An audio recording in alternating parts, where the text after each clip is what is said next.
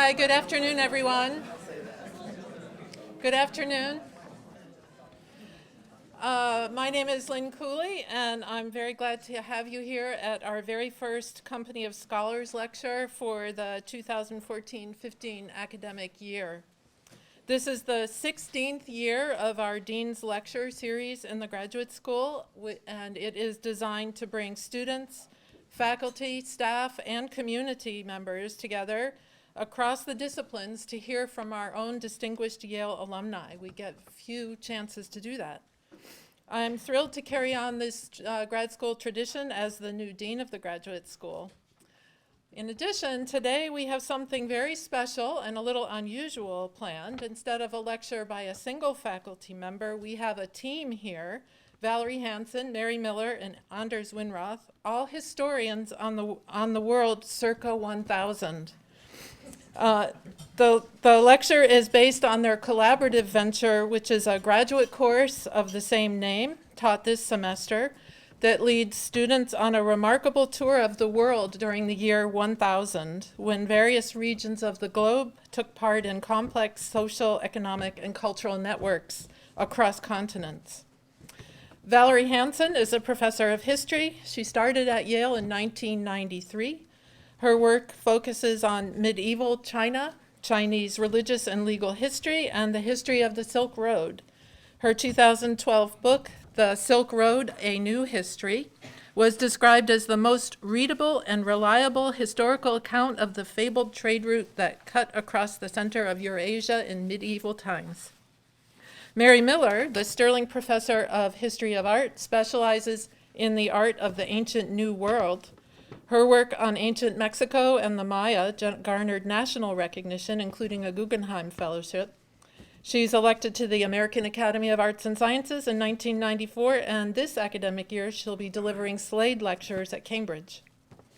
Anders Winroth is the Forst Family Professor of History. His work explores the history of medieval Europe, particularly the religious, intellectual, and legal history, including the Viking Age.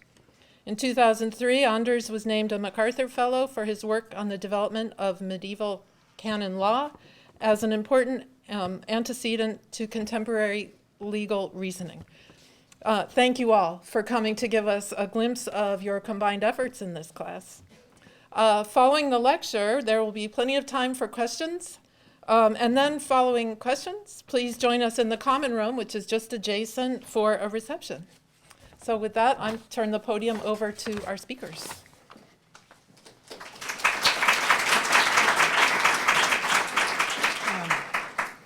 Thank you all for coming.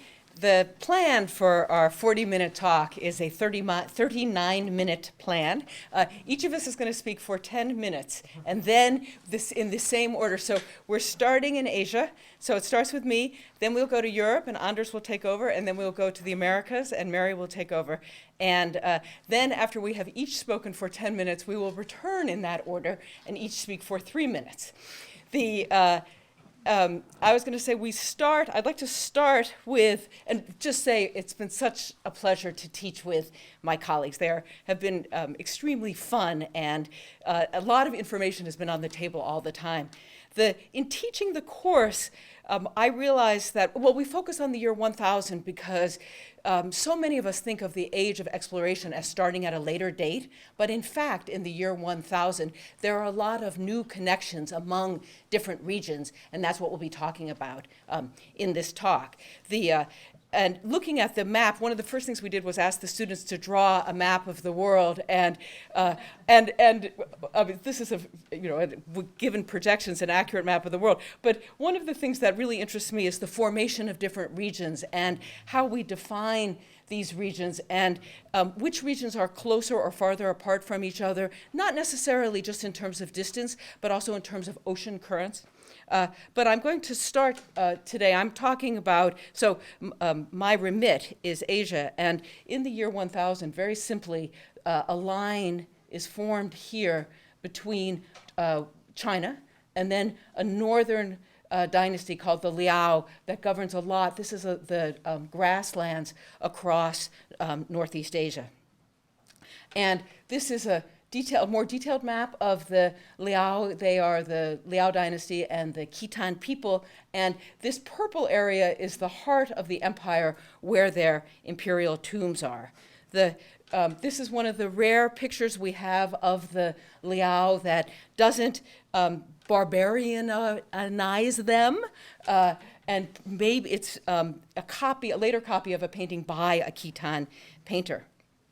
And the Kitan and the Sung, the Liao and the Sung, had a series of battles throughout the 10th century. And then in 1004, the Kitan won a resounding victory over the Sung, and they drew up a treaty between the two powers, the Chinese and the Kitan, called the Treaty of Chanyuan, and according to which the Chinese agreed to pay 100,000 taels of silver. So that's a tael of silver. That's actually 50 taels of silver. It's 50 ounces of silver, and then 200,000 bolts of silk. The euphemism in the treaty was to help with military expenses, but this was because the Sung had lost. And that treaty really draws a line between the Chinese and the Kitan territory. There are agreements about, there are markets set up on the border, and certain goods are not supposed to be traded. Some recent work shows that the border is permeable. It's not as fixed as we once thought. But in fact, the Kitan are oriented north and west, and the Sung reorient to Southeast Asia and import a lot of goods, actually a lot of strange fragrances like ambergris, things we know from the Bible, and myrrh and frankincense. So, and the diplomacy at this time, some of the people who are moving the farthest among different regions are envoys, and we have a written record on the Chinese side about the movement of envoys among different places. And the Kitans make an effort to establish a relationship with Islamic dynasty to the west in what's now Afghanistan. The Kitan have their own written language. We can barely read it. So almost everything we know from Chinese sources or from archaeological sources. And this is an imperial tomb of a princess who died in 1018. It's the only Kitan tomb that was not disturbed. And you can see some of the goods the luxury goods that were valued by the Kitan, which in the course we call bling. And I've got an arrow on the amber. The amber is very important. So some of the goods from this tomb, dated 1018 in Kitan territory, in that purple area I showed you at the beginning, we've got glass. All of these things are from the Islamic world. So a glass bottle, probably from Egypt or Syria, a rock crystal bowl that is very small, a metal plate with motifs on it that we can match other plates that have been found in Nishapur, Iran. And the Nishapur was under the rule of the Ghaznavids. That's this dynasty that was in Afghanistan and into some of Iran. And the Ghaznavids, the Liao decide that the Kitans who are up here decide to try to form a diplomatic relationship with the Ghaznavids. They send an envoy, and we know about this because an Islamic geographer named Marvazi tells us about this, and he tells us that the gifts that the envoy presented to the Ghaznavids, so silk, clothing, sable, furs. The Liao had a lot of access to furs of North Asia, musk, and then a bow with 10 arrows, which was a symbolic gift of establishing an allied relationship. And the Ghaznavid ruler replies and says this, that there's no faith uniting us. Basically, you are not Muslim and we are. And because you're so far away from us, we're safe. They're protected. Distance protects us from perfidy. I have no need of close relations with you until you accept Islam. And that is all. So the, I was going to say, it's funny, on Mary's computer, this slide is blank. This is a map of the Islamic world, and so in my part of the talk, I want to establish 3 regions, or sketch 3 regions. The Liao territory, the Sung territory, and then the very large Islamic world in the center. And this is a map from, it's a copy of a map, an Islamic map from the 1150s, and it shows you the extent of the world known to Islamic geographers. And they knew more about the world than anybody else at this time in the year 1000. And that same Islamic geographer, Marvazi, who told us about the diplomatic attempt by the Liao to establish relations with the Ghaznavids, also reports that the main goods going from the Islamic world to the Chinese and presumably the Liao were ivory, frankincense, and genuine Slavonic amber. And then Hutu is a word that, this is my transition to Anders. The Slavonic amber has actually been tested chemically that this is not some of the amber from Liao tombs, and it turns out it is actually from the Baltic. And then the Hutu is walrus tusk, and that is one of the things linking East Asia and North Asia with the parts with Europe. And with that, Anders, you're on. Thank you. So Liao princesses got amber from the Baltic Sea. The rulers of Northern Europe also got things from China and from the Far East. This silk cuff found in a Swedish Viking age grave does not come from silk made in China, but from silk made in the Middle East. But there are other less photogenic silk elsewhere in the graves that at least European textile historians think was woven in China, although Valerie tells me that Chinese textile historians do not agree. How did this get to all the way to Northern Europe? Let me tell you another story. This is about a not very ordinary school class that was camping out in 1975 on the island, the Swedish island of Gotland in the Baltic Sea. I'm sorry, I wasn't there. I wasn't old enough by that time. They had been studying Viking history for several months, and as a grand finale, they were doing this real experience, living like Vikings, out in nature. They picked a good place, a place with mysterious ancient monuments, a place that, according to local lore, was where the Viking chieftain Stavar had once hid his huge, very valuable treasure. They had a very enjoyable time. The last morning, they performed sacrifices in front of an old Bauta stone. They sacrificed smoked perch, flowers that they had picked, pottery that they had made, and prayed that the gods in return would give them money. They needed money. They wanted to go to Denmark, poor people. The bus that was going to pick them up was late. They packed everything up, they cleaned up, they were waiting, they had nothing to do. It was a beautiful Swedish high summer's day. They rested, they were relaxed. They saw a rabbit scurrying around on the meadow. And they thought, let's catch it. So they ran after it. But this was not a stupid rabbit. This was a Swedish rabbit. So it, of course, ran down into its burrow. One of the most intrepid boys in the class put his arm down the burrow.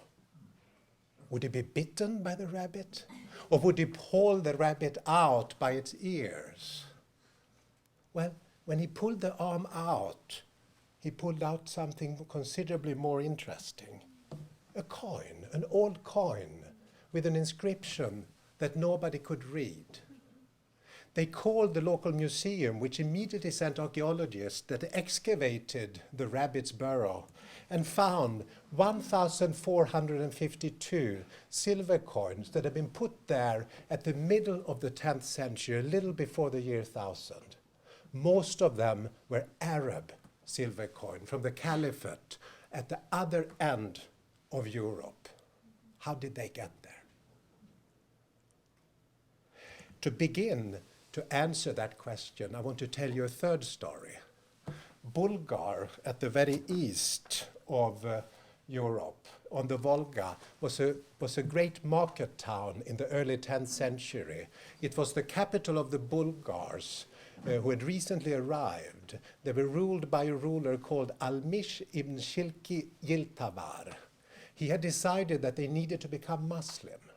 So he had let the Caliph in Baghdad know about that.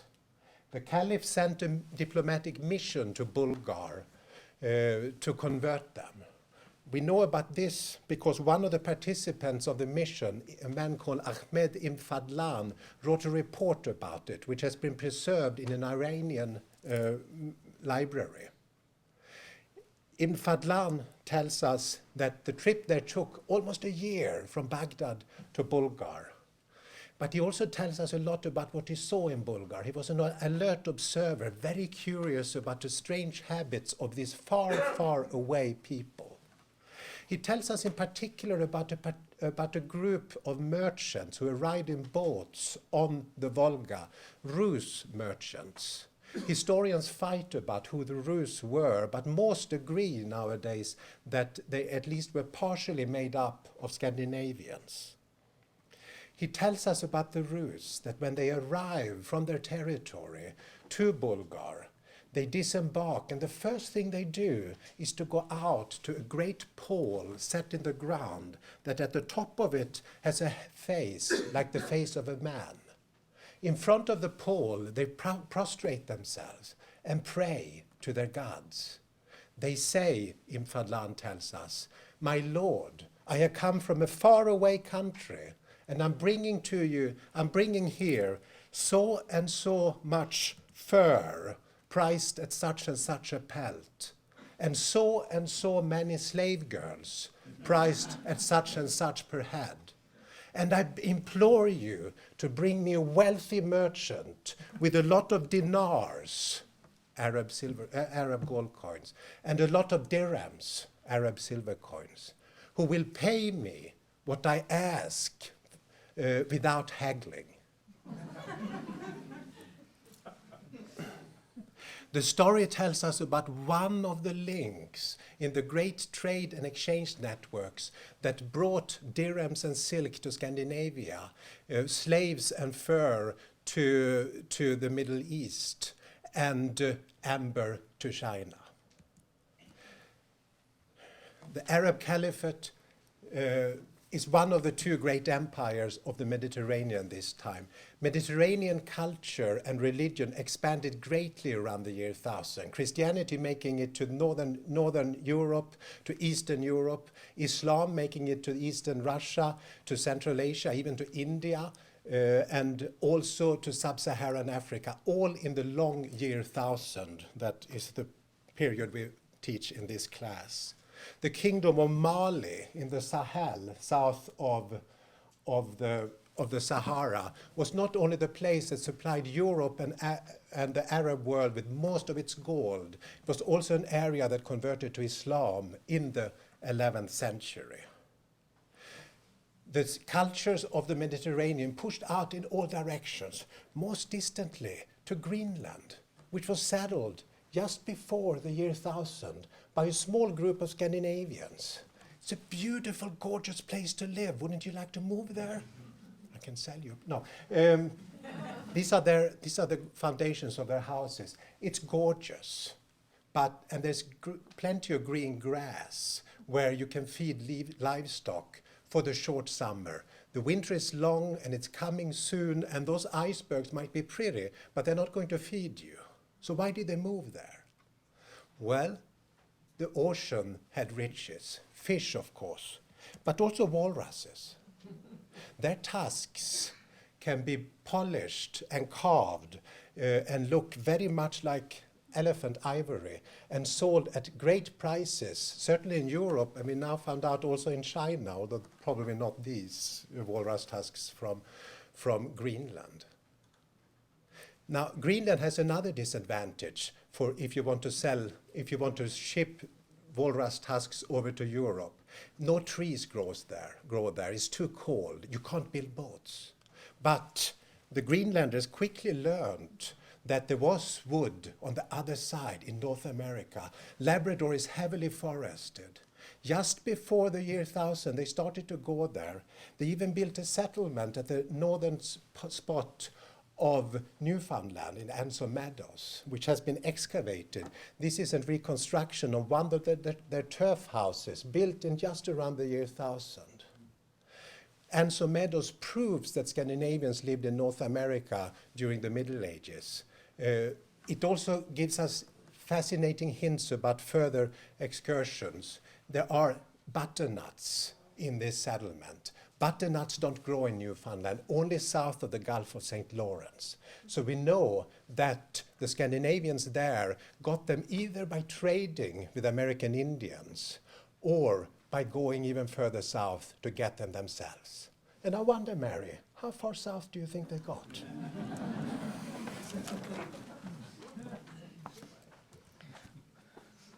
Well, we step on to the Americas.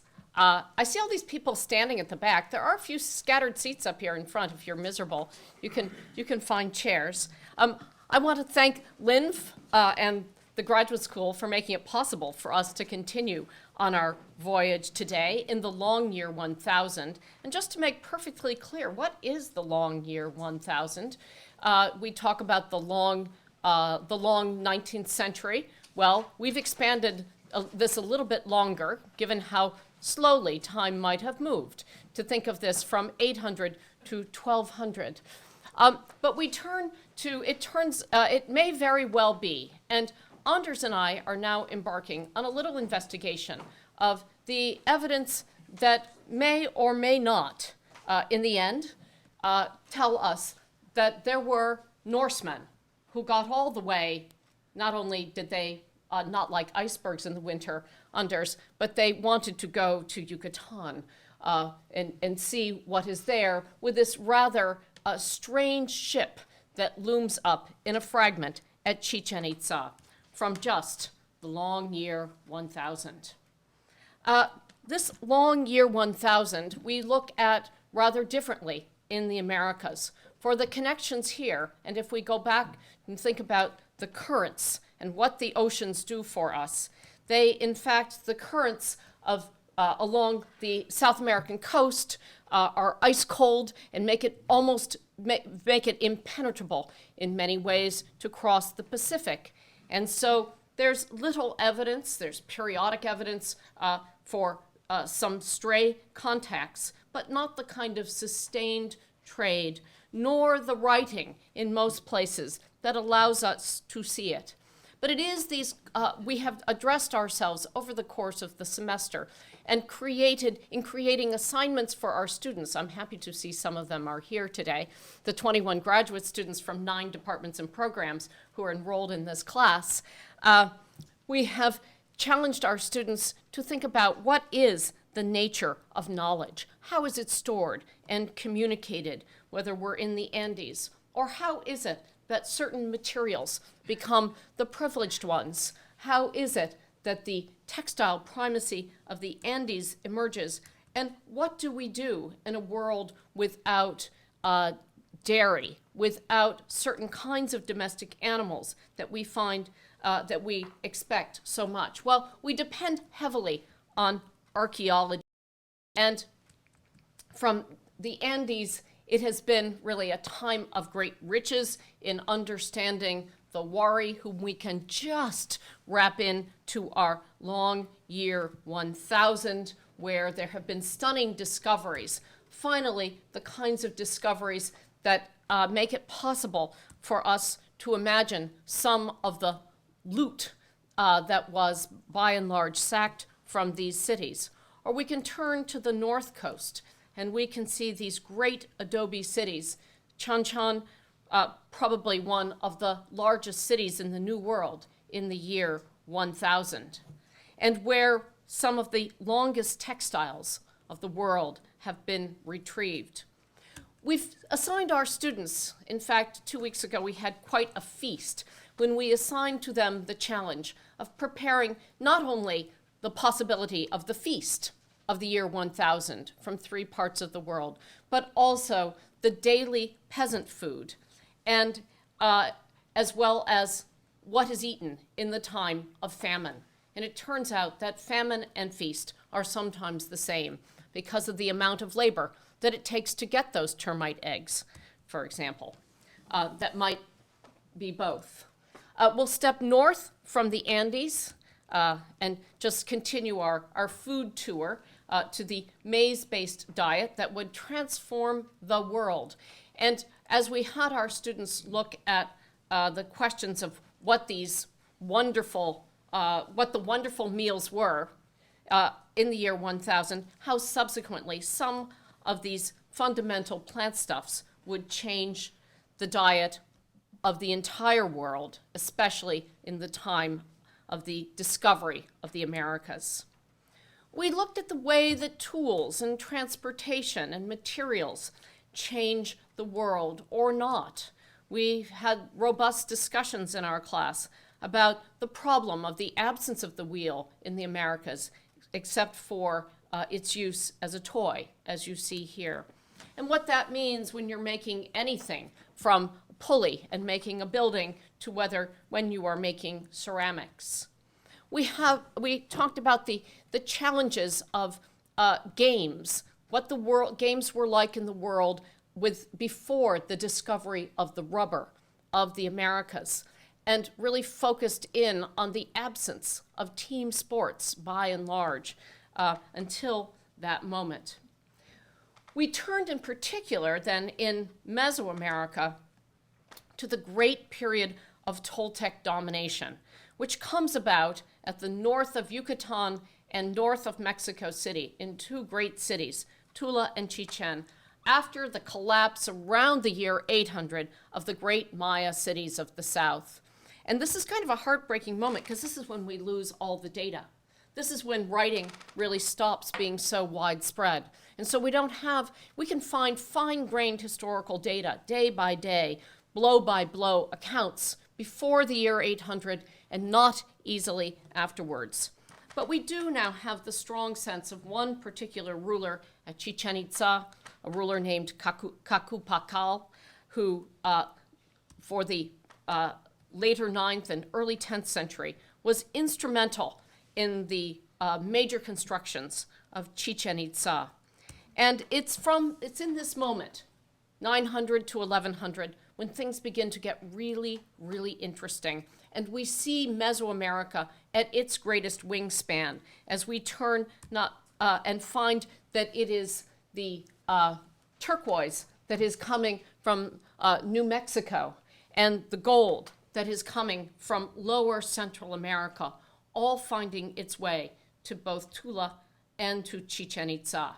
Tula here, a great northern city, and it is from here then that we realize and can understand the connections all the way to the American Southwest, where in the same mines that today yield principally turquoise, they were fertile places for gold and silver in the early years of Spanish domination of the American Southwest and also pre-Hispanic times. And around the year 1000, not much of it, gold and silver, are not of much interest. It is the powerful blue-green stone that we see here, and that in fact is what can be mined today. How else do we see these connections? For surely the turquoise in the all across Mesoamerica is emblematic of that contact to the American Southwest.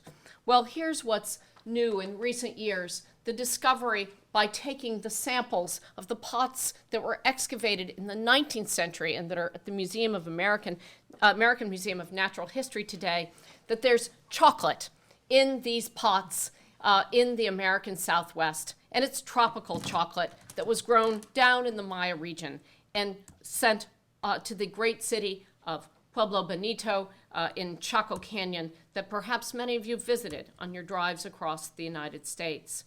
Finally, it takes us in the year 1000, and is there anyone here from the state of Illinois? Have you been to Cahokia? Good.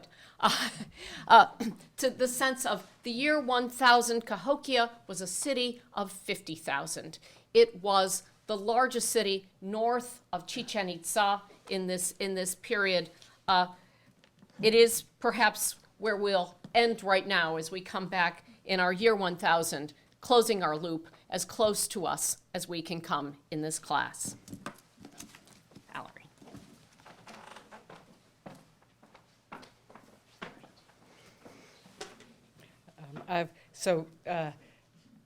I would like to just say that in the experience of teaching with Mary and Anders and thinking about what makes the world in the year 1000 different from the world later or earlier, that one of the differences that we noticed, I think Mary noticed, was that there were no new religions after the year 1000. And then people in the class would say, of course, what about Mormonism? What about Sikhism? The new religions, the religions that take shape after the year 1000 are remixes of religions that exist. And what's very striking about the year 1000 is that even though there's no new technology, so the different forms of transportation that people are using, they're walking, they're using wheeled carts, they're using wooden boats. In some places they have sails, in some places they don't. The news of the major religions spreads throughout the old world, not the new world. Almost everything we said all semester long, we'd say, oh, but not the Americas. In the year 1000, there are several famous conversions. Anders mentioned one of the Khazars who convert to Islam. The Bulgars convert to Judaism. The Kiev Rus convert to Eastern Orthodox religion, apparently struck by the beauty of Hagia Sophia in Constantinople. And that, I think, is one of the things that's new about the year 1000, is this knowledge of a much larger world. And if you count the Scandinavians, they even know about the Americas. So that is, I guess, the main thing I have learned so far. It's been very refreshing to teach a course in conjunction with two such great teachers. And I have learned a lot from the course. We have discussed, one of the things we discussed early on is what assignments do you give at the end of the semester to our students? We discussed a lot at how when we teach graduate courses, have a tendency to give the standard assignment of a long research paper. 20, 30, even more pages. Something that I guess in some kind of ideal world is supposed to mimic the journal article. But who writes 3 or 4 journal articles in 1 month? We certainly are not capable of that. We thought of using this course as a way to think of new ways, not only new ways of teaching, but also new ways of assessing student outcomes. So we designed some, to some of us at least, unusual assignments at the end of the term and during the term. I'll just give you 2 examples. One of them is what we had yesterday, when each of our 21 students was presenting their curatorial talks on an exhibit or a small part of an exhibit on the year 1000 that they had organized in the museum of Circa 1000 that we hope to build as soon as we can get enough money. So the students use a program where you can lay out an exhibit, and then they have to decide what is the theme of my corner of this museum. What do I need to say on the labels that are in the exhibit cases? How detailed shall they be? What is useful to convey what I want to convey with this exhibit? We had this all yesterday. We managed to get 21 students there giving talks all in less than 1 hour and 50 minutes, much thanks to me being a real martinet about timekeeping, for which I apologize. We also ask our students to design an undergraduate syllabus for a course on a theme coming out of this course that they would like to teach if they're becoming professors after college. We are particularly excited about that, since the 3 of us have decided to offer a similar course as an undergraduate course for the spring semester of next academic year. We are thus excited to read our students' syllabi. We are excited to see our students teaching these kinds of courses when they go out on the job market and when they go out and get jobs, something that we also think would serve them very well on the job market to be able to bring this syllabi. Mary.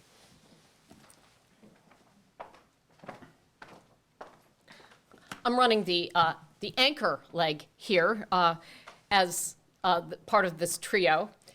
When Lynn introduced me, she introduced me as a historian. It's very, I'm kind of thinking, it's exciting, I'm a historian. But I will say that I have felt like a historian this semester, but I have also felt very much that I've had the opportunity to make art historians of my colleagues in the history department. And I think this is the kind of outcome that when a few years ago I began thinking about and then subsequently applied to the Mellon Foundation for a grant on reimagining the humanities at Yale.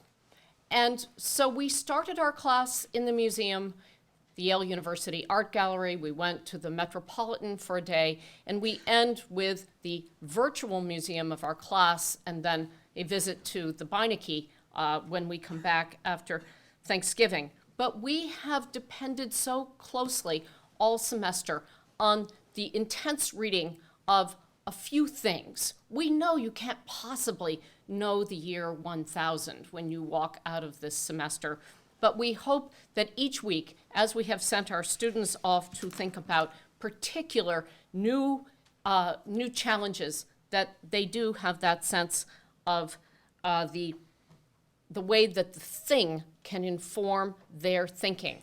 This has, in fact, this semester, given me a lot of thought. Now newly back, I feel a little bit like Rip Van Winkle, or a brand new appointee to the faculty after years in SSS.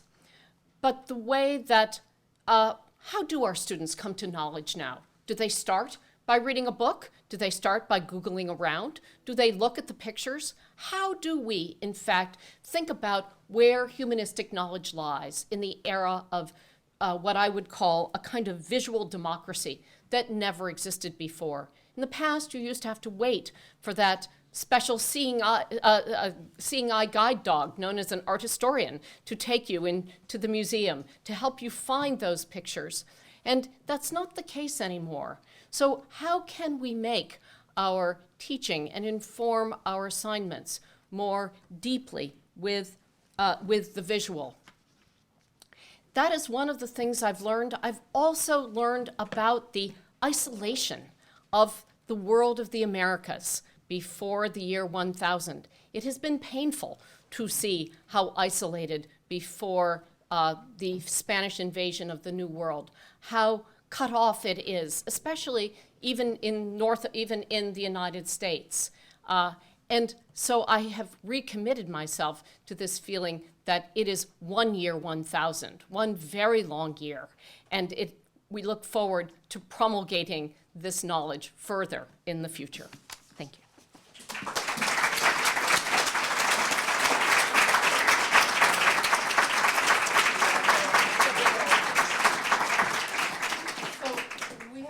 Time for questions.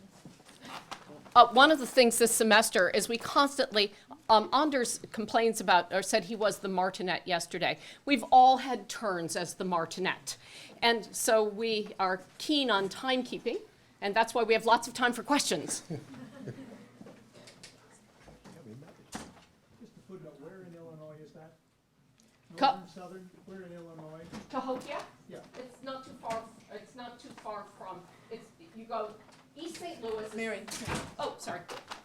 Where is Cahokia? It's a great state park. Valerie, you worked at Cahokia. Perhaps you would like to describe your first paying job. It's in East St. Louis, so not too far from Crawfordsville? Wait, I'm blanking on the name, the town where all the riots have been. Ferguson. Ferguson. And it was my first paying job I reenacted Mississippian Indian life and made the stupendous sum of $100 a week. Not bad. And there are incredible daguerreotypes of the destruction of much larger mounds in East St. Louis in the 1860s. It was really a tragedy the destruction of the vast range of the site. Yes, Doug? How long is the long year, and does its length vary between regions? How long is the long year, and does it vary between regions? Anders? It's as long as we need it to be, as every long century, but we have, for the purpose of the course, we have defined it as 800 to 1200. But the closer you get, the better. It's, of course, a lot of us, when you work with written documents, then you can date things often more precisely than when you work with archaeological documents. And we all three have worked with both kinds of documentation. Up? No, sorry. My history courses, the year 1000, or maybe the long year 1000, was about the low point of civilization in Western Europe, from the Roman to there's no hint of it. Not that it was black, not that it was totally black, but that it was just worse than, say, Charlemagne's time or the beginnings of the Renaissance in 1200, something like that. So the question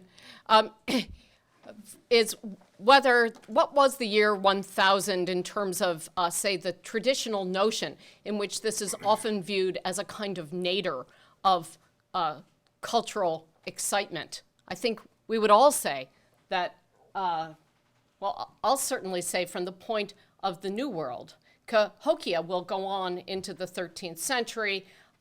Chaco Canyon is absolutely at its peak. This is the era of the Toltecs, and this incredible connections. These are really thrilling times in the New World, and so perhaps your history course was simply lacking. I specified Western Europe. Well, it is true. I often, in my undergraduate survey course on Western European history, I present the 10th century as the Iron Century, the century when you did not want to be alive. I think you didn't want really to be alive at any century before the 20th, because things were terrible. But it is true that it is a nadir both in Western Europe, in Byzantium, and in Islam. Things are going down, but that's where the year 1000 is about the time when you have the kernels of new growth in all these areas in Europe. That's when it all starts. When Europe takes off again, for instance. Oh, I was only going to say that many years ago, Anders and I taught a course in the history department about the medieval transformation of China and Europe. And pretty much the whole semester I would say to Anders, and when did X happen? And he would say, starting in the year 1000. And so the year 1000 is more of a date in European history than it is in the other regions. Yes, in the back? No, that's you, midway, yes? What do you think is the benefit, more generally, of looking at history in this sort of one fixed time period across the globe? So the question is, what do we think is the benefit of looking at history through this band of time around the globe? I mean, a lot of world history is impossible to teach because you're trying to do so much. And a lot of historians focus on one part of the world, usually based on whatever languages they can read. So I think by focusing on a single time as opposed to a single space, you can get around the globe with some complexity. So I think it's a good alternative to the stock narratives of X nation's history. And I also think it's, in order to understand any given nation's history, you need to know what was going on around the world at that time, and I think that was a key motivation for all of us. Go ahead. Did you have something to add? No, that was good. I guess one of the things that we've also found that's really been beneficial is that it's very clear to each of us that our own knowledge of the year 1000 only goes so far, and we hit this precipice, and we go right over it and explore new areas. Because no matter how much we know, we don't know everything about the year 1000. We couldn't possibly. And I think it's been useful. Our students might beg to differ, but I think it's been useful to model for our students that, in fact, you don't know everything when you're teaching. You have to go find the answers. You sometimes have to just say, I don't know that, and come back and find things out and figure out how you're going to come up with that piece of knowledge. It's been one of the features of our assignments is there is not only what is the answer, but how would you get to that answer? Right here in front.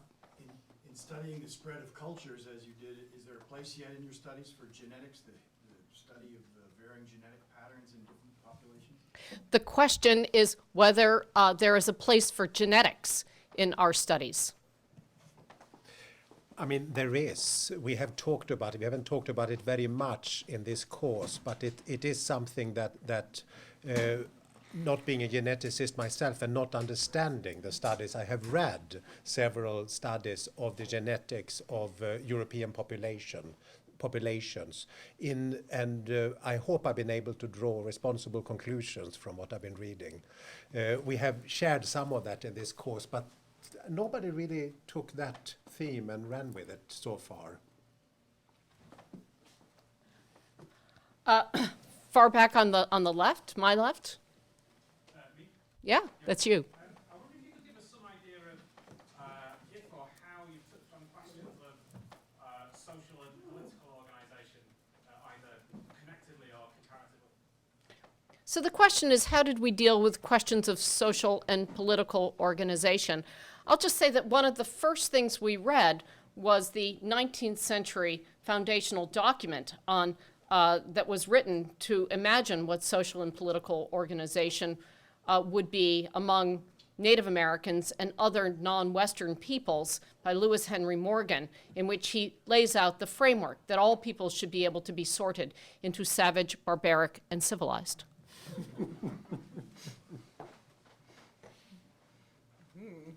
Well, Mark, I feel like we should answer your question.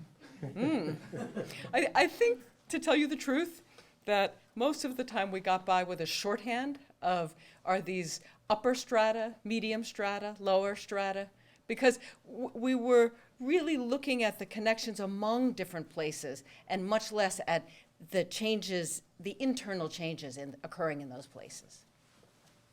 We did also, when we planned the course, we decided to organize the syllabus around a different theme each week. So we have had the theme of bling, we have the theme of food, we had the theme of transport, we had the theme of calendars, challenges that meets every civilization on Earth, whether they know of each other or not. Everybody has to eat, and so forth.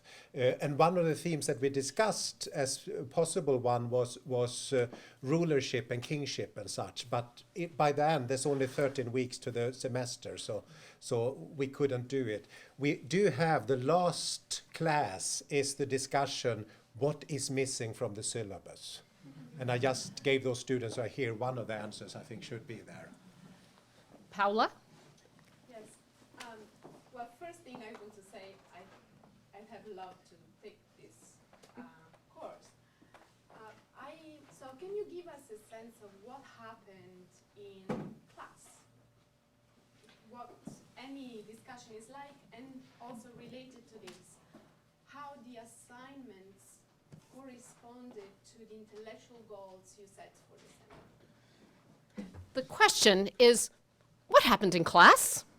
And how did the assignments map onto the intellectual goals? A lot of things happen in class. You should ask our students. There are a lot here. of them here today. Yes. We tried to vary what we were doing in class. As I said yesterday, we had 21 presentations at a maximum of 4 minutes, not 4 minutes and 2 seconds, 4 minutes. Earlier times, we have had, each of us have given a lecture on the year 1000 in the region that we know best, which apparently in my case includes Africa. So I had to go out and read some basic textbooks. Other classes, we have had group presentations. The students have been pursuing themes outside of class as groups. Most of the work in the class is, of course, done outside the actual class time. So that it is start, I hope you answer your question. I would say that one of our goals was for students to gain depth in familiar cultural areas and to gain breadth in unfamiliar ones. So we have constantly had what we would call the remix of the students. And we've even been insistent, we used place cards so that they could not sit in the same comfortable seats. So to try to keep unsettling the comfort zone given how uncomfortable we were. Ray Fair. Did you consider the role of slavery in this time and how that may have differed in the similarities across the world? The question is, did we consider the role of slavery? It's an important facet of history that we certainly discussed. We didn't devote any particular theme to it. The themes that we did for the different classes tend to avoid the more slavery is not slavery as such a word is an abstract word. We try to avoid that. We did touch upon it several times, as I even did in the lecture now. No. How are we doing on time, Lynn? Are we doing okay? Okay. James. Did you conceive of the class as principally a pedagogical tool for graduate students, or did you conceive of it as a history/art history course? And if you did conceive of it as a sort of pedagogical course of sorts, pedagogical training, then how will it differ from the undergraduate course that you guys are thinking about now? The question is, if I can try to rephrase it, James, from one of our students in the class, did the course develop as out of interest of ours in the history or out of the pedagogy that we might develop? And regardless of how we answer that, how will it differ from the undergraduate class? Valerie, I feel that you suggested this class to me. So perhaps we were in a meeting, and? Well, I think of the three of us, I'm the one who's crazy enough to think you can learn enough about the world in the year 1000 to write a book about it. And so we started off, I think, with the subject matter, and then I think the big change between a graduate and an undergraduate class will be so many of the assignments were asking you how to do things and setting, I mean, our goal was to give you a bigger toolkit than you might have, the students in different departments might have coming in to graduate school. I think with the undergraduates, the goal isn't going to be so much developing a graduate student toolkit. I think the assignments may be more tailored. I don't know. We haven't gotten to the undergraduate course yet. And I would say one thing is that every student, including the 2 undergraduates who are among the 21, brought real expertise in some part of the world in the year 1000 to the table.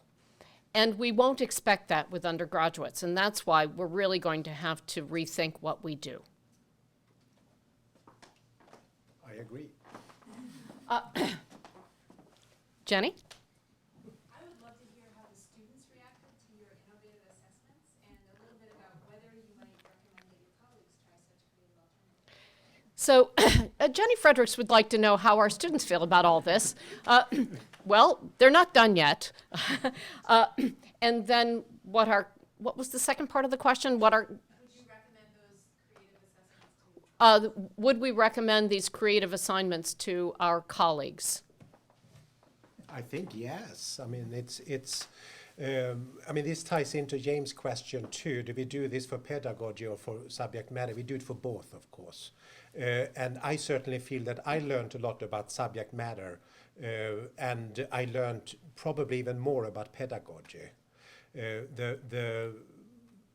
I think we do well as professors to vary assignments, just as assessment assignments, just as we do well in varying the methods of instructions that we use. And for us, it has been a laboratory to learn about this because we have different teaching styles, the 3 of us, and we learn from each other. And we hope our students are learning from it as well. And maybe none of this none of the assessments and so forth are brilliant inventions that we came up with in the last few months. These are methods that are used across campus by others of our colleagues, and we have looked at what other people have used and try to use it as well. Here in front. So relatedly, what will your final assessment, the larger projects, entail? Are you having the students choose The question is, what is our final assessment? There were two final assignments. One was using SketchUp to make a museum case of 6 to 10 objects or pictures from more than one region in the world in the year 1000. And then the other assignment, and that assignment had many components, making the case. I think I was profoundly relieved I did not have to make a case using SketchUp. Everyone said the software took a long time to learn.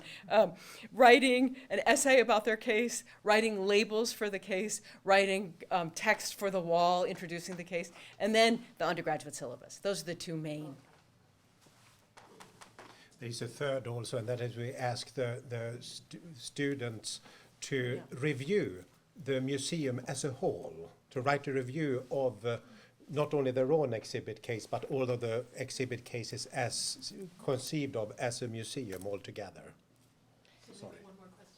Okay, one more question. You've had your hand up a long time.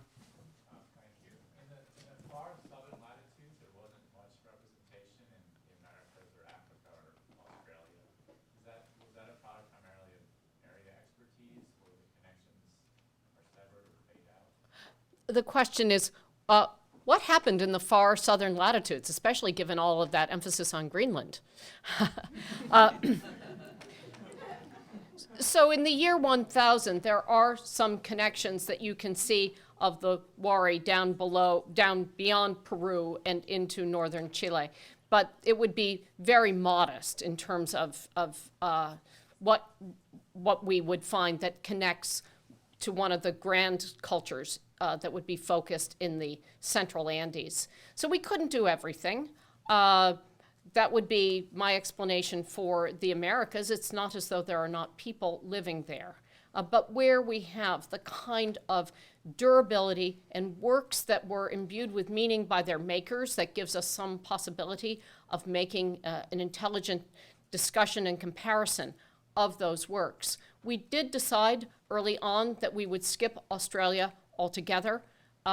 We were already feeling as though we were at the absolute limits of our, we were constantly going over the precipices of our knowledge as it was. But I was going to say, one of the first assignments asked the students to collect materials in their own field of study, and then also to choose a field that was new to them, and develop a bibliography about that part of the world in the year 1000. And one of the students, who is from Slavic, from Russian and East European MA student, he did Australia for his sample. And I remember saying to him, well, what happened in the year 1000? And he said, of course, you know, that humans get to Australia in 40,000 BC, so that's the start date. But he said there are people here who will correct me, I hope.